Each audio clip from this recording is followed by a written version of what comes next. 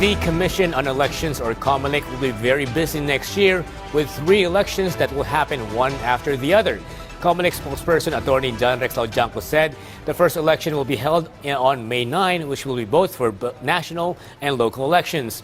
The Bangsamoro Autonomous Region in Muslim Mindanao, or BARM, elections will follow.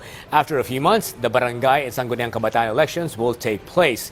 The poll body assured the public it continues to prepare for these events, especially for the midterm elections. Starting January 2025, printing of millions of ballots will begin and is expected to be done by February or early March. The COMELEC will also continue its voter education program to guide voters, partnering with social media platforms.